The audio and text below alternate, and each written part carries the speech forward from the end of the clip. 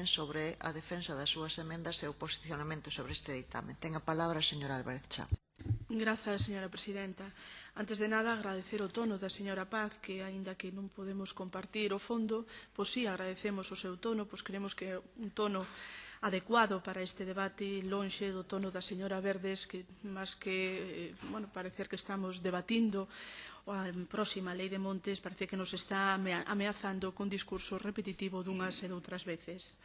O proxecto de lei que debatimos durante 8 ponencias ou 8 sesións de ponencia parte do anteproxecto que foi redactado no ano 2005 e do proxecto de lei do anterior goberno.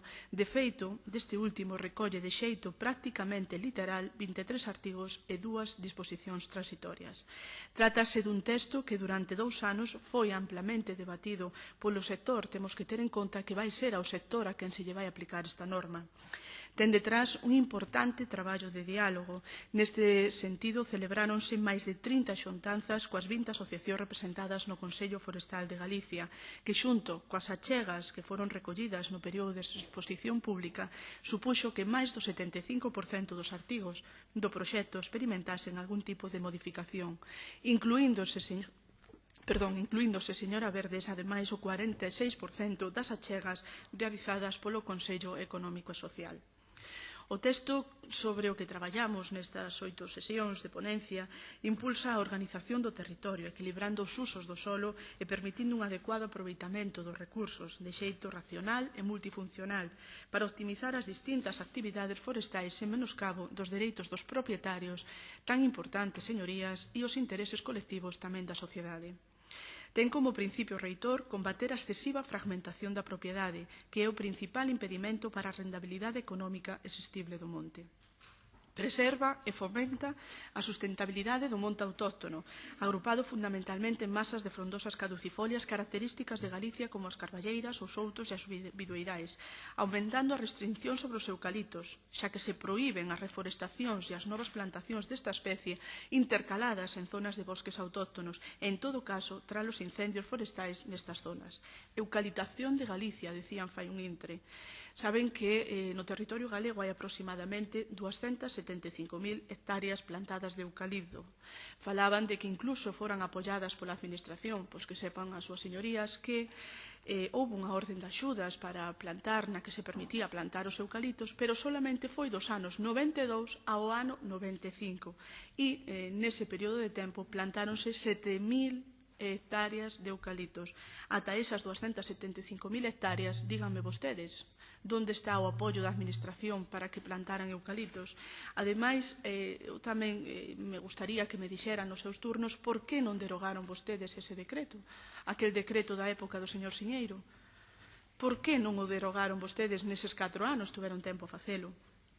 Seguindo coa lei no seu conxunto, trata por un lado de frear o abandono do monte e por outro de mellorar o desenvolvemento socioeconómico e medioambientalmente sostible de Galicia, xerando rendas e emprego no rural, contribuindo así á fixación de poboación. Pero ademais deroga e modifica diversos artigos da Lei 3/2007, a Lei de Incendios. Exactamente, aféctalle a 47 artigos. Aquí as voceiras da oposición venen a dicir que nos cargamos a Lei de Incendios.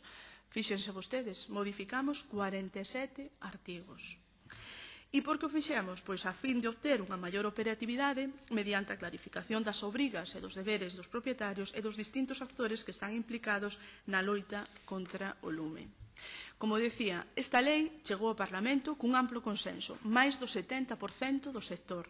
Incorporáronse 345 achegas no período de exposición pública e 67 consideracións do CES, modificáronse 170 artigos e máis do 50% modificáronse de forma significativa. Durante o período que durou a ponencia, creo que as voceiras da oposición e eu mesma nos debemos felicitar do traballo de análise detallado que realizamos. Fomos quen de debatir prácticamente unha a unha todas as emendas da oposición. Ainda que á vista do discurso que acaba de facer a señora Verdes, mesmo parece que ela estivo ausente nesas sesións de ponencia, posto que parece que dice que non houbo forma de acadar consensos, cando en realidade debatimos prácticamente unha a unha e en varias sesións volvemos atrás sobre as mismas emendas. E froito deso é que fomos quen de incorporar ao texto inicial 99 achegas que modificaron 38 dos 147 artigos da lei, 3 disposicións adicionais, 4 transitorias e a disposición adicional primeira que modifica a Lei 3/2007 de Prevención e Defensa dos Incendios Forestais de Galicia. Aínda que recoñezo o ánimo da ponencia foi sempre acadar acordos, non debo pasar por alto o feito de que o consenso nunca foi o obxectivo dos grupos da oposición para a aprobación desta lei. E viron nela, dende o primeiro momento, pois o revanchismo político por dous motivos. En primeiro lugar, porque non aprobamos a lei que eles habían deixado redactada. E, en segundo lugar, porque este goberno, motivado pola inoperancia e a confusión da lei de incendios, vese na obriga de ter que modificala, modificando así unha das leis máis preciadas do goberno bipartito. E como en todo proceso ideolóxico revanchista, marcan unha postura de liña dura e crítica que os leva a rexeitar este proxecto de lei xa de entrada por partir dunha formación política contraria, pese a que, xa dixen antes, contar cun amplo consenso do sector e tomar como base o traballo realizado en legislaturas pasadas, incluída a súa legislatura. Este revanchismo do que falo materializárono nas emendas, xa que unha parte importante das presentadas polos dous grupos correspóndese con transcricións literais do proxecto que elaboraron cando estaban no goberno. Proxecto sobre o que xa nos posicionamos este grupo con noso voto en contra en 3 ocasións. Posicionámonos cando se levaron como proxecto de lei ao pleno. Dixemos que non. Cando debatíamos a toma en consideración desta lei, o Bloque Nacionalista Galego presentouno como texto alternativo. Volvemos a dicir que non. E hoxe volveremos a dicir que non de forma parcial coas emendas que presentaron os grupos da oposición. Creemos que este feito é unha mostra palpable da escasa vontade de aprobar a lei de montes por consenso, tal e como debería ser, pois trátase dunha norma que debería ter vontade de permanencia no tempo, xa que calquera política que se aplique no monte non é, como saben as súas señorías, unha política cortoplacista, ten que ser unha política que, polo menos, a medio plazo. Entre as emendas presentadas por o Grupo Parlamentario do Bloque Nacionalista Galego figuran 25 relacionadas coa eliminación do linguaxe sexista que contiña a lei, emendas aceptadas íntegramente agás 5 delas que foron transaccionadas, a pesar de crer este grupo que son modificacións de pouco calado, en parte porque en sí mesmas non aportan nada e en parte tamén porque moitas das veces hai que ter cuidado porque o que poden facer é incluso enmarañar a linguaxe e non en van, pois existen corrientes cada vez máis grandes de opinión que pensan que a linguaxe non sexista pois é pura cosmética. Se temos en conta estas emendas das que falamos e lle sumamos as emendas literais do proxecto do bipartito, inclusives aquelas que presentaban relacionadas coas unidades de xestión forestal, que, como saben, as súas señorías xa foron derogadas en decembro do ano 2010, pois, se a estas, ademais, lle sumamos as emendas de supresión artigo por artigo da Lei 3/2007 que presentan, ou tamén as que son contrarias ao alfabeto internacional, e mesmo 11 emendas que retiramos da ponencia ao Grupo Parlamentario Popular, e máis adiante explicarei o motivo, atopámonos con que podemos prescindir de aproximadamente o 40% das 579 emendas rexistradas. Se a maiores temos en conta aquelas outras emendas que se refiren a normativas concurrentes, como pode ser a Lei Básica de Montes, ou referidas a outras materias como a conservación da natureza, podemos reducir as emendas presentadas a menos da metade, e chegando a este punto, con 63 emendas aceptadas, máis outras 2 aceptadas parcialmente e 34 transaccionadas, case estamos en condicións de afirmar que ao redor do 40% das emendas reais foron aceptadas, afectando a 38 artigos, como decía antes, 3 disposicións adicionais, 4 transitorias, derradeira primeira, é dicir, a máis do 25% dos artigos da lei. É dicir, modificamos máis do 25% dos artigos da lei durante o proxecto que durou as sesións de ponencia. Durante a ponencia, viuse un clima xeral de mellora da lei, aínda que non podemos obviar que este ánimo de consenso se veu mermado naqueles temas de calado, Oxe, a señora Verdes dícenos que non foi posible chegar a un consenso. Pois claro que non pudemos chegar a un consenso, posto que sobre eses temas, precisamente os temas de calado, aflorou a política de revanchismo que comentaba ao principio, que impediu precisamente que puidéramos chegar a un acordo, porque nin tan siquiera facilitaron que puidéramos añadir a esta ditame pois de forma parcial, como fixemos con outros artigos, ou inclusive pois que houbera unha contraoferta, algo que non sucedeu por parte da señora Paz e tampouco da señora Verdes. E agora dícenos que non fomos quen de chegar a acordos. Precisamente nos temas de calado, precisamente nos temas máis importantes desta lei e polo que máis critican as voceiras da oposición esta lei, non houbo nin contratransaccións, non foi posible unha negociación porque non, cara dura, moita, porque non foron quen elas de chegar a acordos sobre a transacción que esta voceira lles planteou. En relación ao clima de mellora, pois sí teño que agradecer as facilidades dos grupos da oposición deron a esta voceira para mellorar inclusive as propias emendas presentadas a través de transaccións, e mesmo para incluir 11 emendas técnicas, emendas que foron propostas tanto por este grupo como por a letrada que nos asistiu na mesma, a quen tamén debemos agradecer as aportacións feitas que enriqueceron a lei.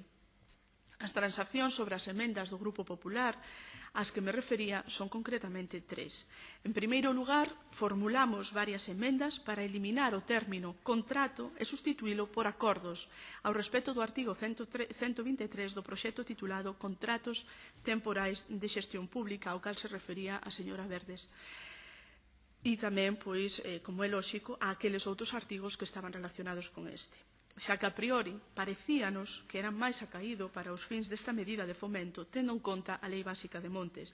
Establece que se poderán suscribir acordos, convenios e contratos, e mesmo hai normativas de outras comunidades autónomas, como por exemplo a de Castela-A Mancha, e por si van decirme ahora que aí goberna a señora Cospedal, normativa feita anteriores ás últimas eleccións autonómicas, a esta figura denomínaselle acordos de mantemento de masas forestais. Ese, señora Verdes, era o motivo de presentaremos nós esas 11 emendas. Non agochábamos nada, exclusivamente intentábamos facilitar o que era o texto da lei. Pero, logo de unha maior reflexión no seo da ponencia, onde tuvo moito que ver a letrada, chegamos á conclusión de que o término acordo podía dotar de certa inseguridade xurídica estas novas figuras en detrimento do amparo e defensa dos dereitos de calquera cidadán nas súas relacións coa administración pública.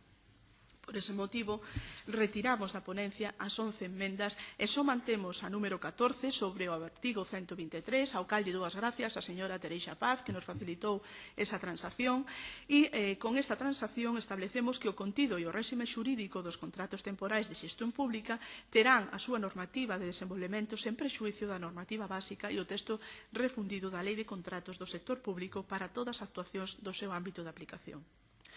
Outra das emendas transaccionadas na ponencia é a relativa á reinversión para a mellora dos montes no caso dos denominados de varas, abertais, de voces ou de fabeo.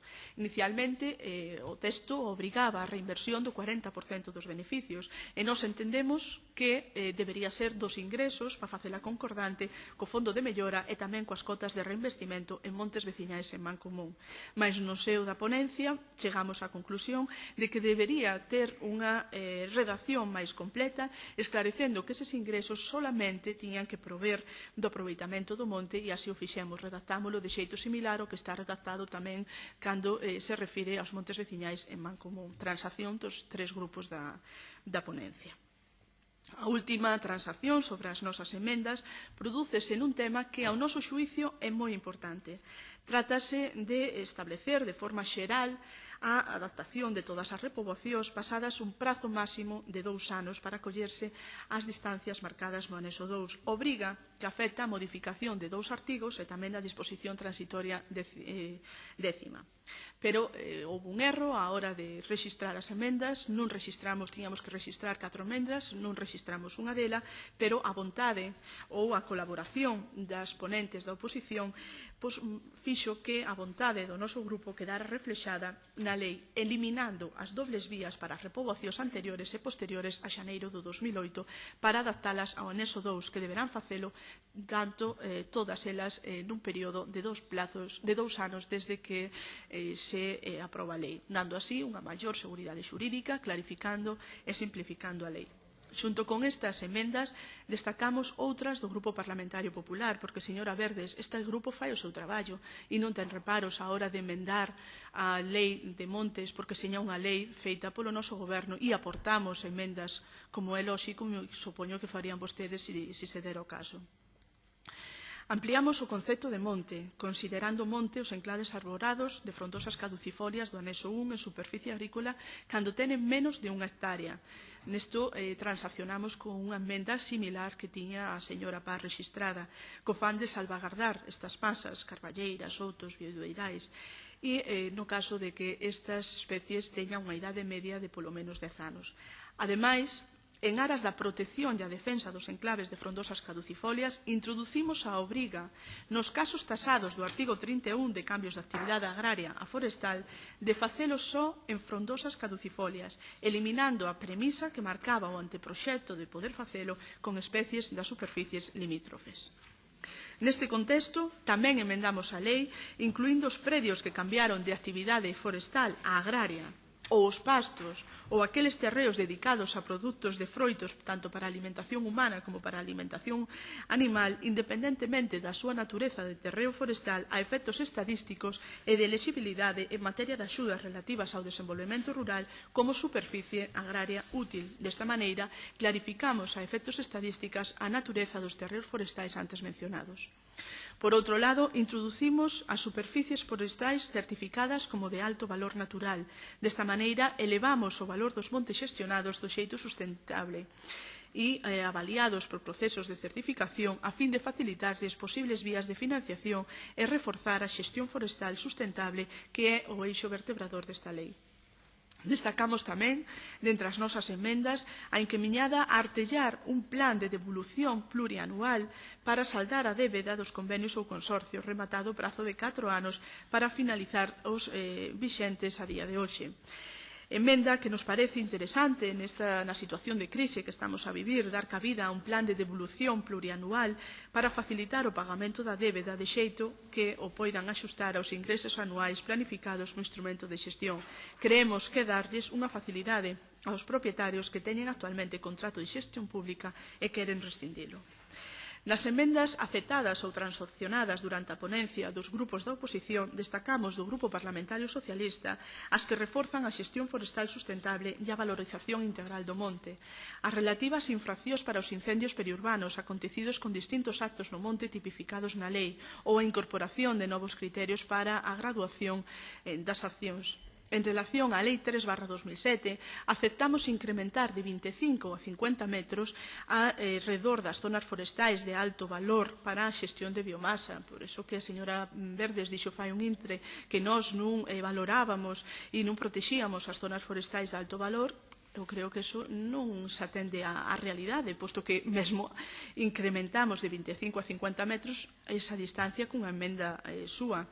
Por certo, señoría, dixo tamén vostede que a súa casa estaba desprotexida. Sí, a súa casa está desprotexida porque está a máis de 400 metros do monte e xa estaba desprotexida coa lei do bipartito, posto que a lei 3/2007, a lei de prevención e defensa de incendios forestais, refírese a ámbito forestal ou do monte, nunca aos núcleos rurales, nin tampouco ás zonas agrarias. Refírese única e exclusivamente ás zonas forestais, así que non nos veña co conto outra vez que a súa casa está como estaba. E do grupo do Bloque Nacionalista Galega destacamos o reforzo legal en materia de identificación clara e visible do gando, especialmente cabalar, cando o propietario forestal dos terreos onde pastan así o desexe. Recoñecer como infracción a alteración de sinais de amolloamento que delimitan un monte público ou veciñal en mancomún e a súa tipificación como grave ou moi grave. A obriga de solicitar a autorización de corta en especies de aproveitamento superiores a 1 hectárea, antes no proxecto estaban 5, e no caso de non dispor de instrumento de ordenación de xestión. E tamén a ampliación de 10 a 15 metros para as especies que non están contempladas. Remato xa, señora presidenta, dicindo que tamén a ampliación de 10 a 15 metros para as especies que non están contempladas no anexo 1 como distancia mínima ás canles fluviais de máis de 2 metros de largo. Creo que fixemos un traballo importante que, cando houve vontade de chegar a acordos, así o manifestamos. Noutros temas as políticas eran totalmente distintas, pero aínda naqueles casos donde foron e son críticos, nos mostramos posibilidades de transaccións que foron rexeitadas pola oposición e por eso este grupo vai a votar favorablemente este ditame. Nada máis polo de agora. Moitas gracias, señora Álvarez Chao. Ahora un turno, unha segunda rolda de posicionamento para definirse sobre as enmendas presentadas polos outros grupos políticos. Ten a palabra a señora Paz. Gracias, señora presidenta.